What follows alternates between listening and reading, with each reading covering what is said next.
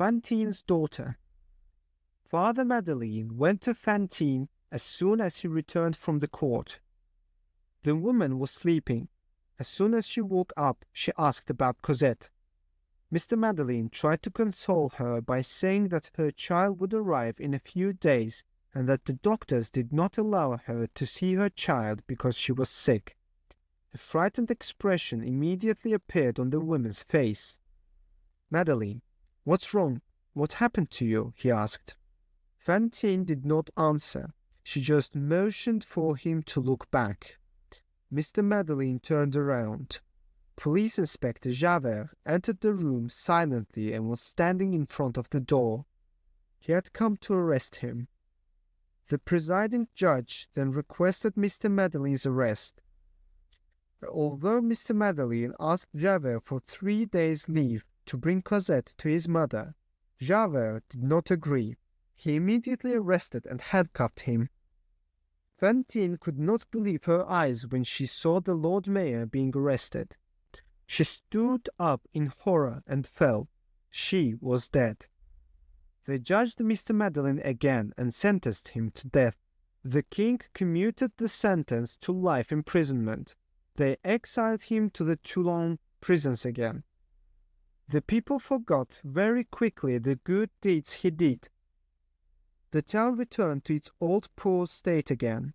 Factories closed and unemployment increased. But Jean Valjean could not submit to his fate for long. He had confessed to correct a miscarriage of justice, but he had a promise to the poor woman before she died. He was going to save little Cosette from the hands of that monster family called Thénardier. Jean Valjean had to find a way to escape to fulfill his oath. That's why he took advantage of the first opportunity he had. He was working as a galley convict in the Toulon shipyard. One morning, the crewman who was holding the sail attached to the middle column of the ship at the top of the mast lost his balance and started to fall. But by a great coincidence, he was able to catch one of the ropes attached to the mast. It remained hanging in the air. He would be shattered into pieces if he fell into the sea from that height. Attempting to help him meant running into obvious danger. No one was rushing to the man's aid.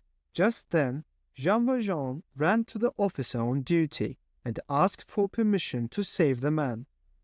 As soon as he received permission, he was quickly thrown into the ship.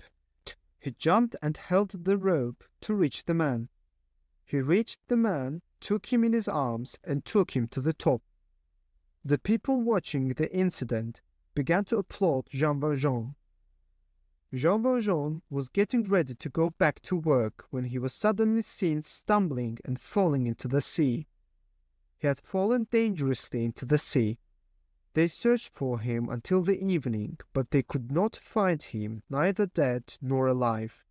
The next day, the newspapers wrote that the convict named Jean Valjean might have died after being stuck on one of the foundation piles of the shipyard. In reality, Jean Valjean did not fall into the sea, took this moment as an opportunity and jumped into the sea. He swam and slid under an anchored ship. In the evening, he started swimming again and finally reached ashore. He went to Paris. He also had money. The letter he wrote to banker Laffitte before the trial gave him the opportunity to have money. He found a small house in one of the suburbs and rented it. He immediately started looking for Cosette. He got on a mail coach from Paris. He got off near the town where the Thénardier inn was located, so as not to attract anyone's attention.